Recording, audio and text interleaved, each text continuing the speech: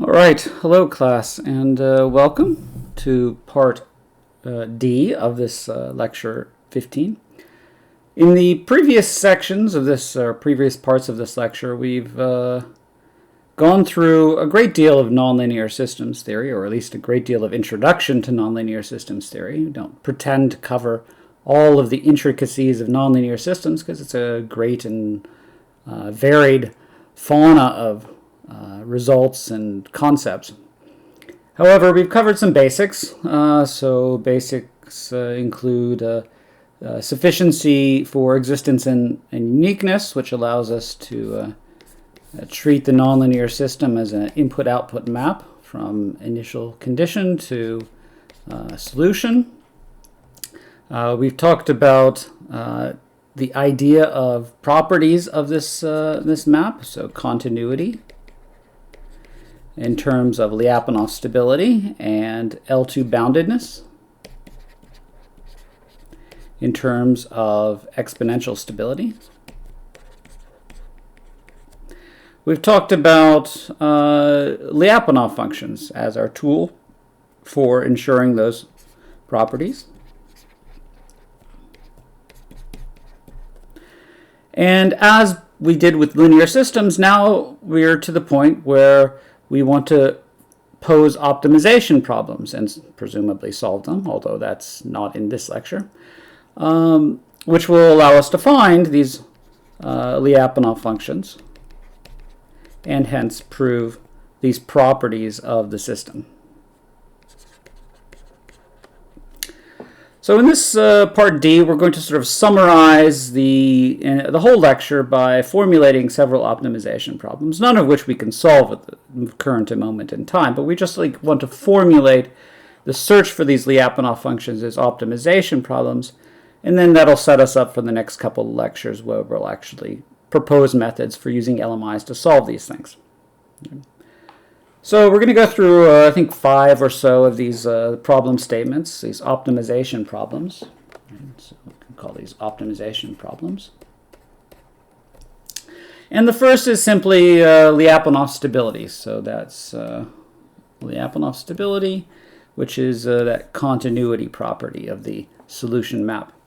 And we'll do it globally just because that's the easiest case. But we'll also discuss local stability results because nonlinear systems are rarely global, but we'll ignore that for now. But I think the important part here is to sort of put all the pieces together, see what the technical details we need are, and so on and so forth. Right?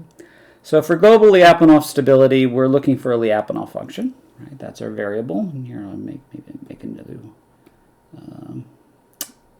variable sort of cursor thing here. Here we'll call variables blue. All right, so we have a variable which is v. Now v is a function, of course, right? So that makes it an infinite dimensional variable, and we can't solve these problems yet. But we've at least identified our variable, right? So our variable, the thing we want to find is v. So find v.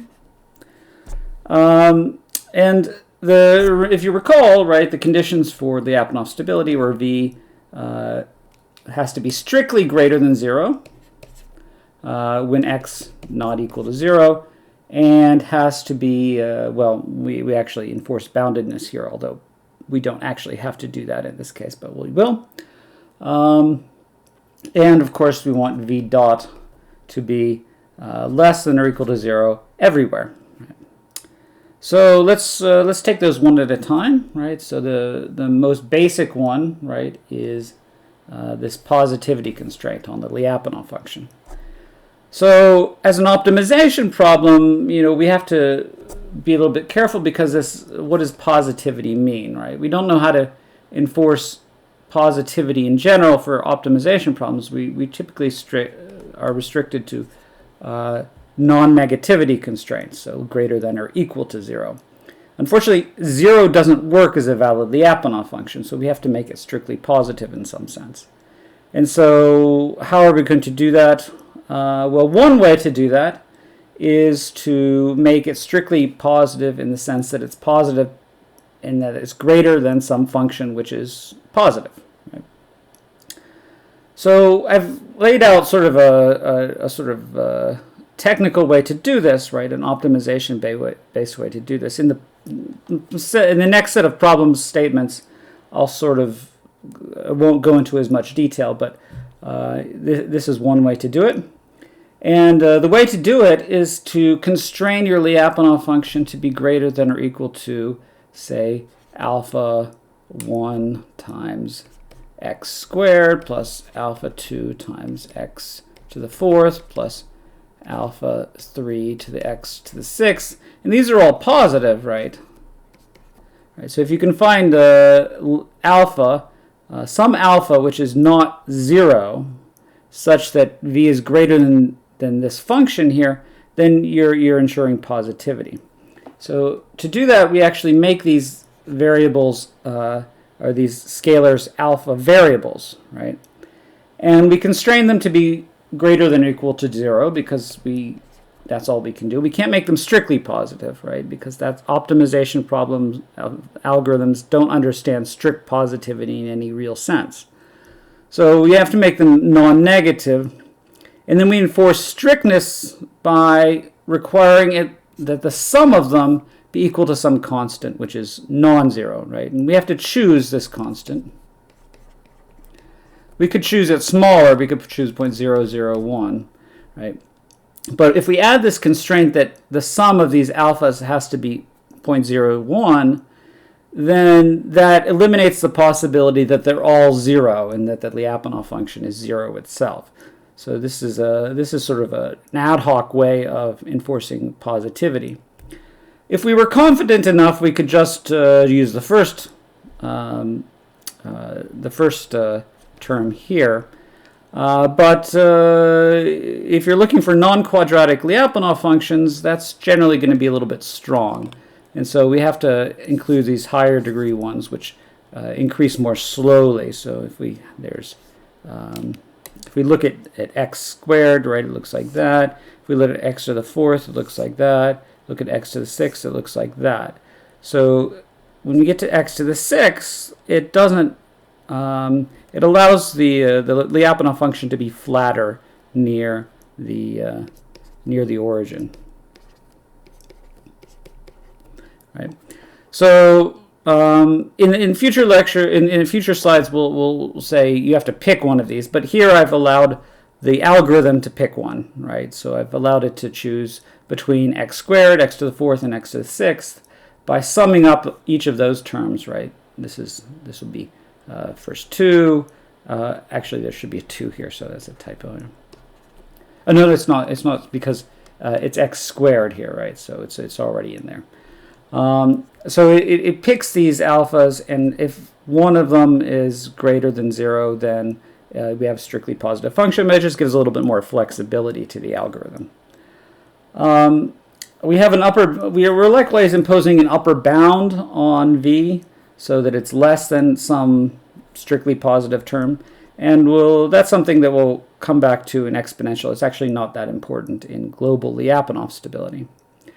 Now, this isn't an optimization problem in the sense we classically understand it, because it's one of those infinite dimensional optimization problems, because this inequality has to hold for all x, right, for every value of x. So at an infinite number of points, this inequality has to be satisfied.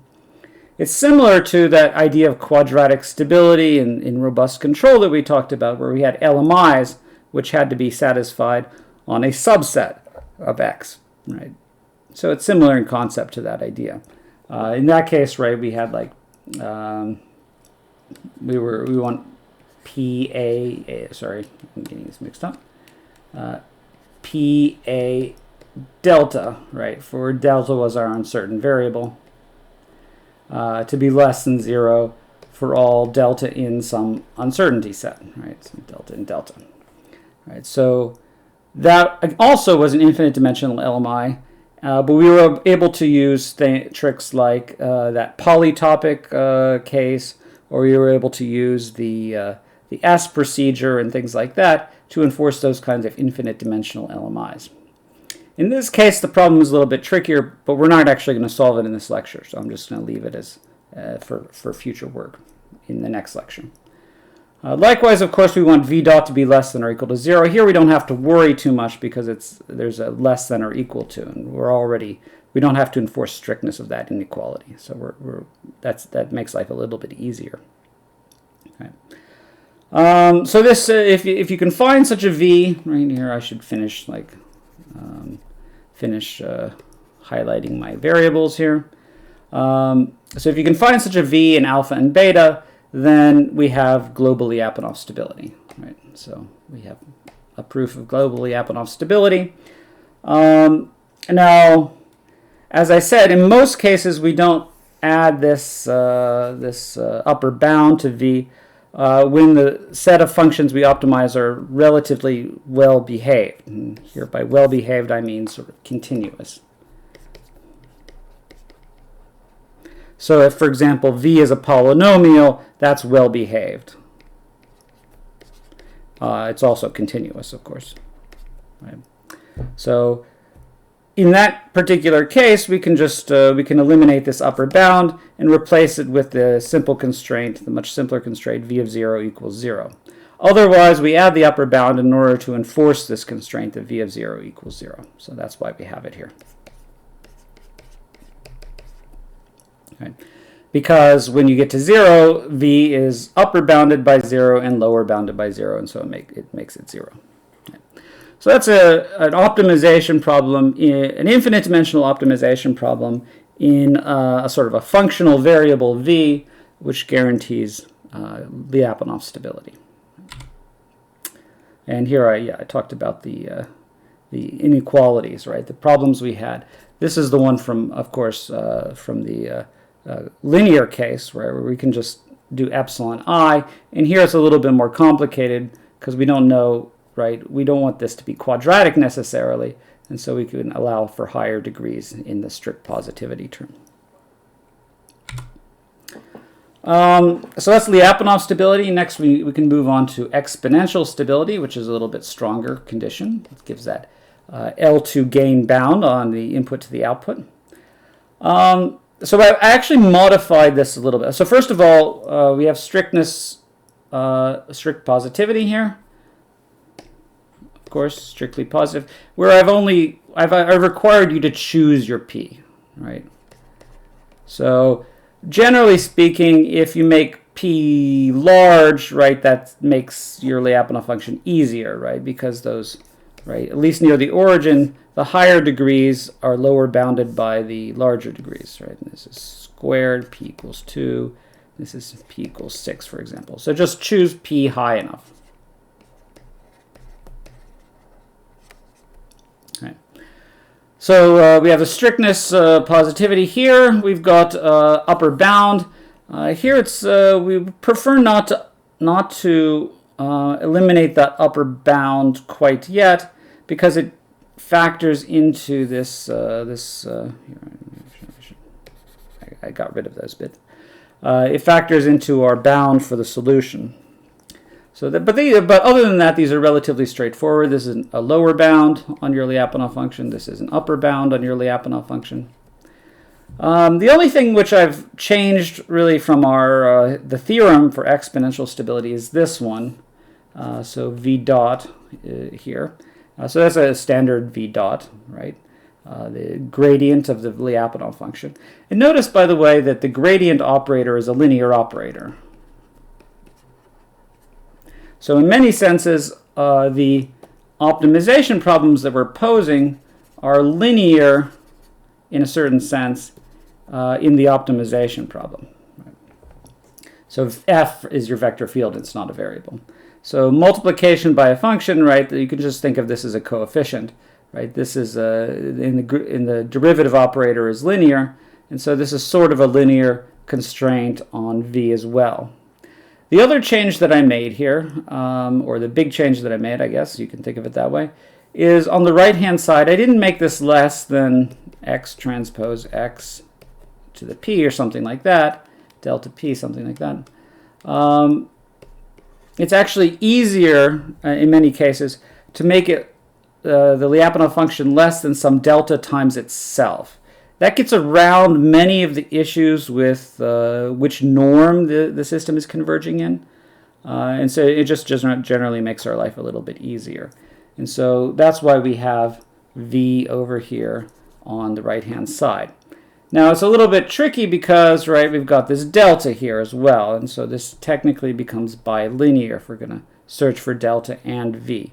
So you can either use bisection on delta, or you can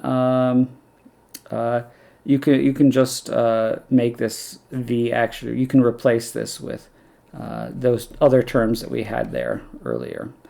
The advantage of this form, however, is that it gives you your exponential stability coefficient relatively easily. So that delta just pops into our exponential stability criterion right there.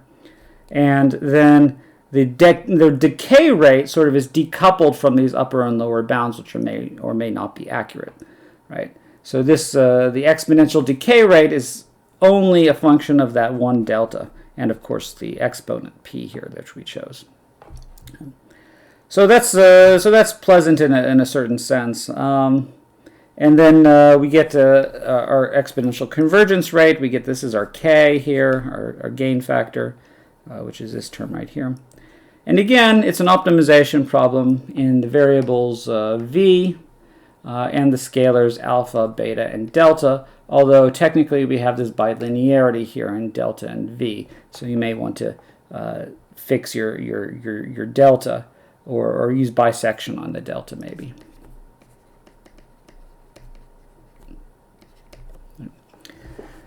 So okay, so that's quite good. Exponential stability, Lyapunov stability, both of these are global, by the way, and so I'll just emphasize that the infinite dimensional nature of these inequalities, that they have to hold for all x, and that's x everywhere, right, in Rn, because we have global stability.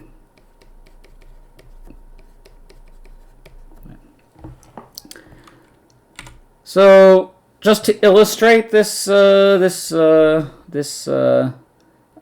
exponential, actually this is this actually example works for both. These are the Euler equations, if you're familiar with them. Equations for a rotating spacecraft. These are the three Euler equations. So, for example, let's choose our Lyapunov function to be the most obvious one, and this is the standard one everyone starts with, just the square of all the states, so that seems like a reasonable choice. Notice that there's each of these terms is bilinear right here. So there's no actual linear terms. Everything here is bilinear. So let's so choose this, right? We didn't search for it, we just chose it by hand. Although you can certainly search for it as well. But just to illustrate this issue. So we take the derivative of that, right? So V is, right, W1, W2. These are actually omegas, but for some reason W is easier to say.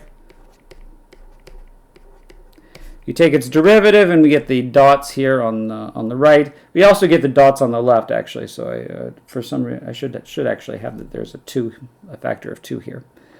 So we plug in for those omega dots right there.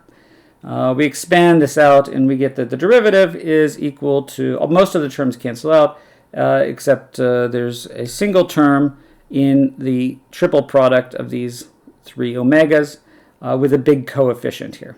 So obviously this is never negative definite. Never negative definite. So actually, in fact, the only way that this can be equal to 0, or it can't be less than 0, it can only be equal to 0. So that's a caveat. The only way you can do that actually in this case, because this is actually energy conserving, it's not actually exponentially stable. So the only way we get stability of this system for a particular choice of the moment of inertias, these are the moments of inertias, right, is if you let J1 equal J2 equals J3. Right?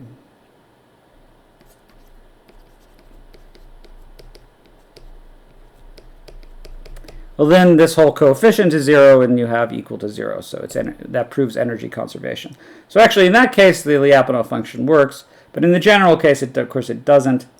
However, if you may find, and I think this is actually one of the homeworks, if you plug in a controller to these systems, right, a specific feedback controller for any actual values of k here, into each of these terms,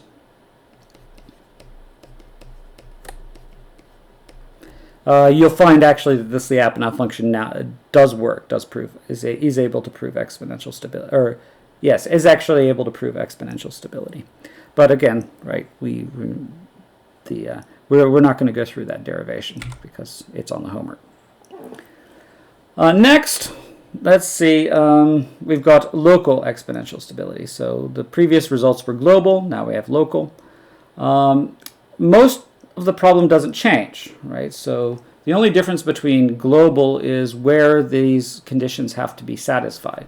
So if you remember, v is x greater than 0 for all x in D, where D is some domain, and v dot of x less than or equal to 0. In fact, actually, you want this to be, for its exponential, less than or equal to negative delta v of x for all x in delta.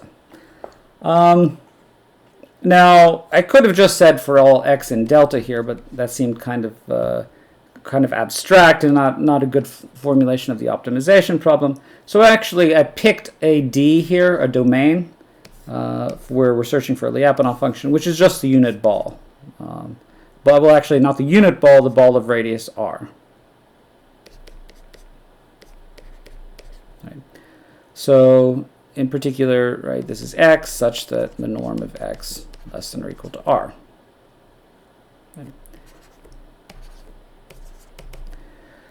So in this case, again, right, the exponential stability criterion is exactly the same. It's just the only thing we've changed is where it has to be satisfied, these for alls here. So whereas before, right, it had to be satisfied everywhere in Rn, and that was infinite dimensional, right, the infinite number of constraints. Here we're restricting the validity of this Lyapunov function to be when the norm of x is less than r. So this is, of course, the norm of x squared. Right? So it only has to be satisfied in the ball, right? So the optimization problem doesn't change very much except for where it has to be valid. And of course, local stability is much more common for nonlinear systems than global stability, so in a way this is a much more useful term. However, of course, we have to interpret it what initial conditions are exponentially stable then. Like, where are we allowed to start such that we'll exponentially converge to the origin? And so the answer is not the unit ball, right? Ball of radius r. Sorry, I keep saying unit ball. Ball of radius r. It's not that, because remember, you can have like a Lyapunov, a sublevel set like this or something, where those your trajectories leave the unit ball, and then the v dot is no longer valid. V dot less than 0 is no longer valid outside that ball. So we have to restrict ourselves then to initial conditions which lie in subsets of the Lyapunov function, which are contained in the ball. X such that v of x less than or equal to gamma for some gamma. Right. So that region now, right, and here let's see, I'll color code it orange. That, we refer to this as the domain of attraction to differentiate it from the domain of the optimization problem. That's the domain of the optimization problem. And this is the domain of attraction.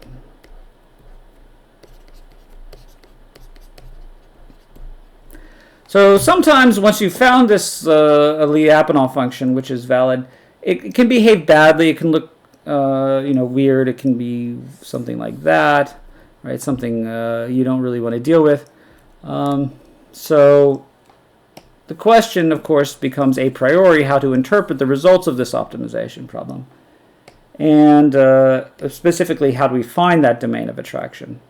So obviously, you could just increase gamma until the level set v of x less than or equal to gamma is no longer contained in the unit ball, right? So we try, say, gamma equals 1, try gamma equals 2. They're both contained in the unit ball. Increase to gamma equals 3, also contained in the unit ball. Then we try gamma equals 4, and it's no longer contained in the unit ball, and so we revert back to gamma equals 3 in that case. You can actually pose that problem by itself as an optimization problem. So specifically, you're searching for the maximum gamma, that's a sublevel set, such that v of x is less than or equal to gamma everywhere in the ball, right? So v of x is less than or equal to gamma for all x, such that x is less than r, right? So this implies, right, that this sublevel set, right, x such that this is true, is contained in, or is not an element, is contained in that ball, which is BR, right? So that's what you want to show. And given that gamma, then this set here is a set of initial conditions, and you can verify whether initial condition lies in there just by plugging the initial condition x naught into v of x and seeing if it's less than gamma. So here's an illustration of that domain of attraction problem. Actually, this is the same van der Pol oscillator, which is actually the origin is unstable, right? In forward time, but we want to get it we want to get some kind of estimate of this shaded region here, and so actually what we do is we reverse time. So we reverse time of the van der Pol oscillator, and then we try and find the maximum domain of attraction of the origin, right? So anything that lies in this what do you call it, the limit cycle, limit cycle. So anything that lies inside that limit cycle, at least in reverse time, is going to converge to the origin. So actually we know what the domain of attraction looks like very accurately for this system. And so that's tend to be why we use it, because we know what it looks like already, and so we can verify our algorithms and so forth. But anyway, so if you reverse time, then this is the domain of attraction of the origin, right? Because the unstable equilibrium now becomes a stable one. So in this case, we're going to actually do something rather simple, rather naive. We choose the Lyapunov function by hand, not using an optimization problem. And we propose the domain to be the ball of radius 1. So r equals 1.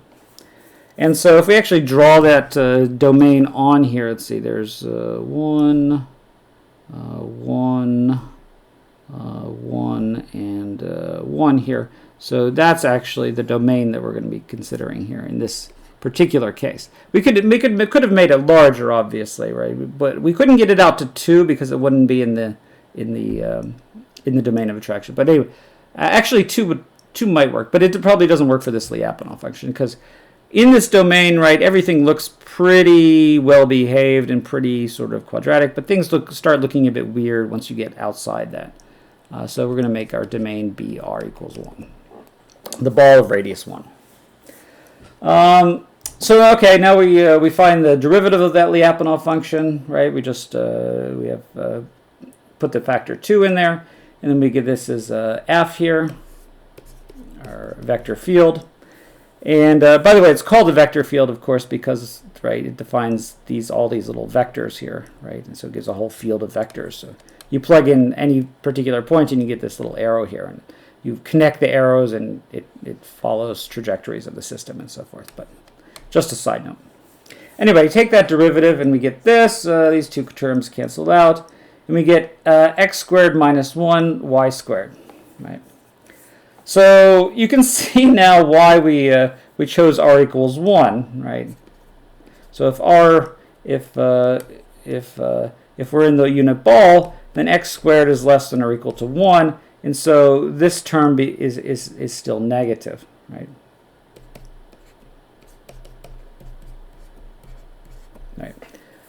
So that's negative for x squared less than 1, and since we're inside the unit ball, that's valid. Of course, it doesn't work if you make it outside that domain, right? So this is a very simplistic analysis. So obviously, our results are going to be rather conservative.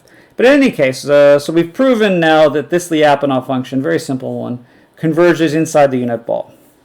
So now, does that give us a domain of attraction of the origin? Actually, this is also relatively easy, because we've chosen our Lyapunov function just to be the magnitude, and so the unit ball and the level set of the Lyapunov function are identical in this case, and so obviously the largest level set of the Lyapunov function, which is contained in that unit ball, is just the case where, right, v of gamma equals 1. Right? So this is gamma equals 0.9, maybe gamma equals 0.8, so forth. So anyway, it's a relatively simple analysis, but for pedagogical purposes, it's just fine. It allows us to conclude that the unit ball is in fact a domain of attraction of the origin. So relatively simple analysis. Now we go to sort of one of those more interesting problems that occur in nonlinear systems. Here we have 3 equilibrium points. If you recall the Lorentz attractor, 1, 2, 3, they're all unstable. But as we argued, right, there's a broader, more global stability at work here, which is that trajectories converge to this manifold that looks like a weird butterfly shape, right? So manifold or something. And that manifold is actually stable, right? So if you can characterize that manifold, then trajectories converge to it and don't leave it. So there is a sense of stability which we'd like to capture, and the question is whether we can do it with Lyapunov functions. So this is sort of the opposite of the domain of attraction problem. So we have a set to which trajectories are from the outside are converging, right? Not from the, whereas before, right, there's the invariant manifold. And before we had the domain of attraction, right, where trajectories inside the domain of attraction were converging to the origin. So actually what we're going to be looking for in this case is for v dot to be less than or equal to 0 outside our domain. Right. So that's characterized in this Lyapunov theorem. So it gives conditions for what's called positive invariance. So basically a set is positive invariant if you start inside the set, you'll stay inside the set for all time, right? You know what you're going to be doing, maybe where you can do some chaotic behavior, right? But you won't leave the set, right? So trajectories converge to the set and they don't leave it.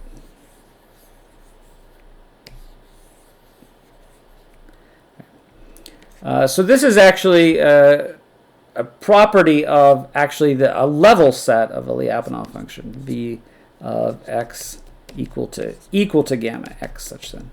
So it's this line really is sort of a zero volume type of shape in 3D space. So basically, let's go through it, right? So if there's a function v of x, which is positive,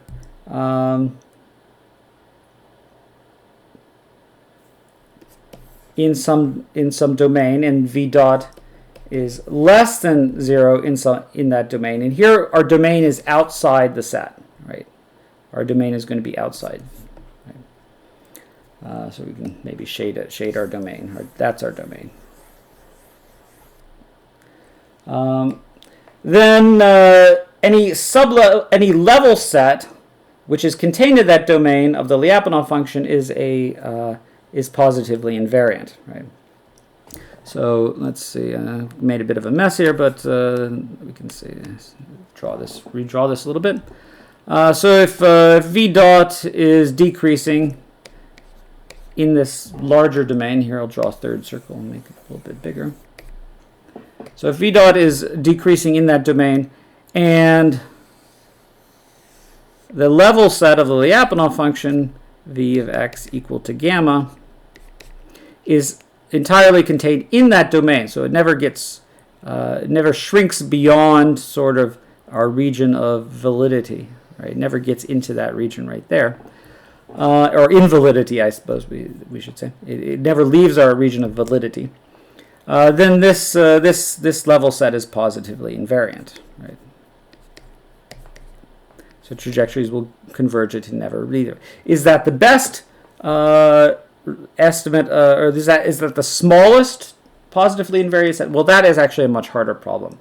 So finding the smallest positive invariant set, we have trouble even formulating that. Except if you want to minimize volume, but then that's very hard to do. So smallest, we can't solve that one. But it gives you a positively invariant set. So how would we formulate now the question of invariance, positive invariance, right? So again, right, we're going to be, let's draw that picture. We're going to draw a domain, which looks like that. And our domain will be sort of the opposite of the unit ball. So we're going to draw a ball of radius b of radius r. And our domain is going to be all the points outside of the ball. Shade outside of the ball. Right. So in many senses, the Lyapunov conditions we have are almost identical, right? I mean, we have this positivity constraint, we've got the same negativity constraint, the same set of variables, a, b, delta, v, sorry, that's not the variable, v and v, also variable, also variable, also variable. And it's, again, an infinite dimensional, infinite number of constraints because it has to hold for every x, but where it has to hold has changed slightly. So the only thing actually that's changed here is instead of being this less than or equal to 0, as it was for domain of attraction, now we've made it for x greater than equal, sorry, for the norm of x greater than equal to r. Right. So there's still an infinite number of constraints which have to be satisfied, but where where those constraints are satisfied has changed a little bit. So they have to be outside the unit ball. Right. So then, of course, we just want to find the smallest level set, which is still contained in our domain. Right. So basically, we want to find the smallest gamma, such that inside that sublevel set are all the points in the ball, right? So every so put another way, let's draw actually our Lyapunov function here. So here's our level set of the Lyapunov function, v of x equal to gamma. So we want to ensure that for every x outside of this, right? So for all x outside of that level set, the norm of that x is greater than or equal to r, right? So every point outside that level set, we have that x is greater than r. And so, right, that enforces that this ball, there's no point in that ball which lies outside that level set. Right? No point in BR outside of B gamma. So that's what this this sort of auxiliary optimization problem allows you to do. So the only variable in this case, of course, is just gamma. But again, there's an infinite number of constraints, right? It's hard to enforce, and we don't know how to enforce it quite yet.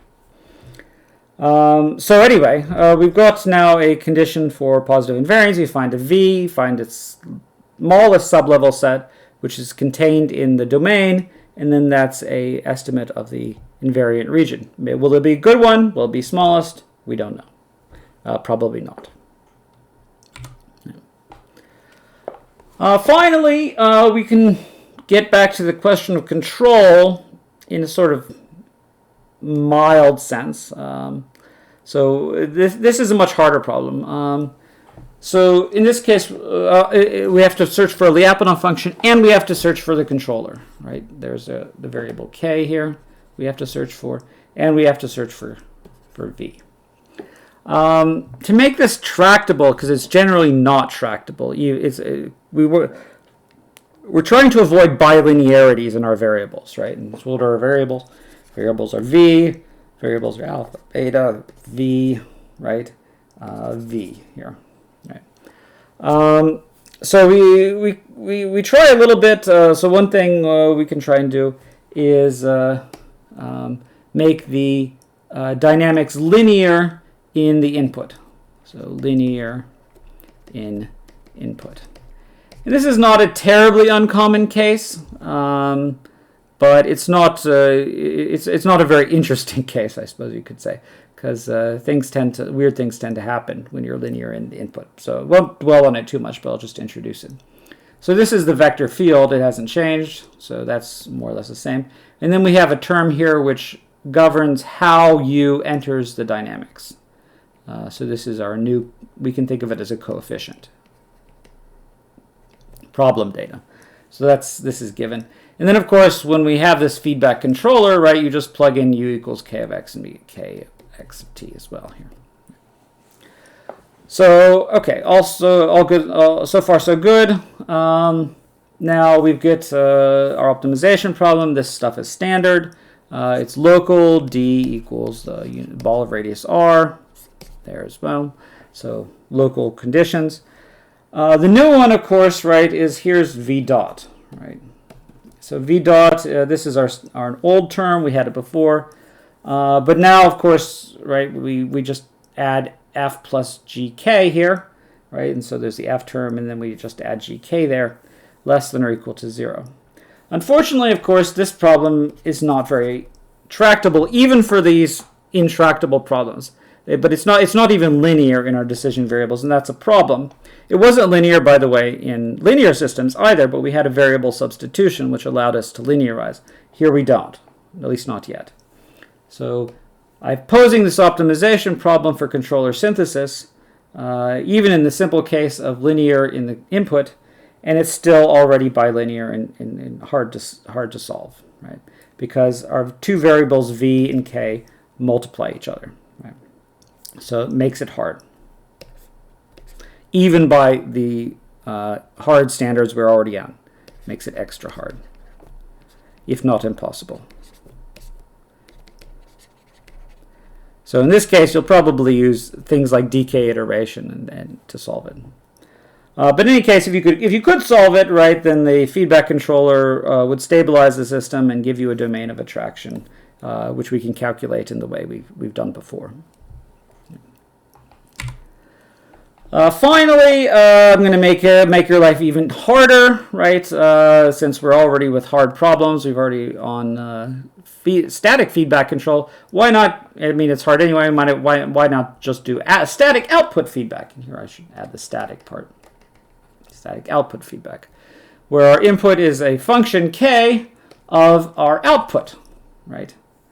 So there's k, other variables here, k, v, v, v, v, k there. In fact, actually, it doesn't make it too much harder, it turns out, right? It just makes, we have k not as a function of x, but of y, but we know what y is. It's this output, so it's k of h of x of t.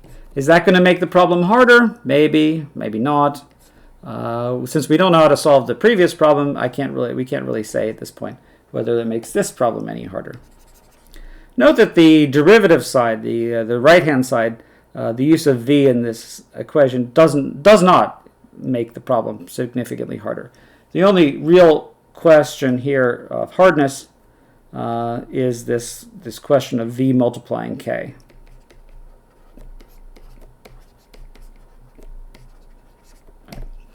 So problems 1 through 4 will show that they have reasonable solutions. Problems 5 and 6 have solutions, but they're not reasonable. They're going to be heuristics.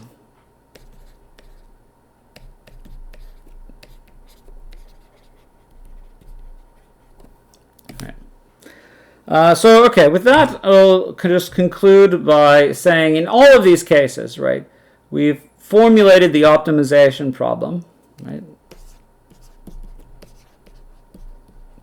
in variables which are functions, typically v of x, right, and they have to hold over an infinite number of points, or an infinite number of constraints.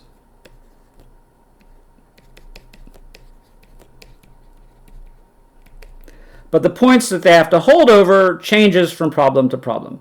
And so we can sort of formulate most of these problems in this framework here, except for 5 and 6. So not 5 and 6 because those had controllers in it. But we can formulate most of these problems as optimization of this function v, where v enters linearly. Here actually we typically used v of x here. Where v enters linearly.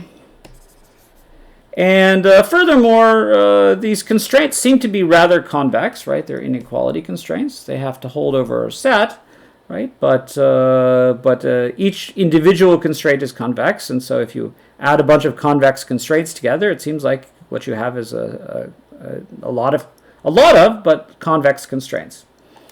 And so these problems are more or less convex.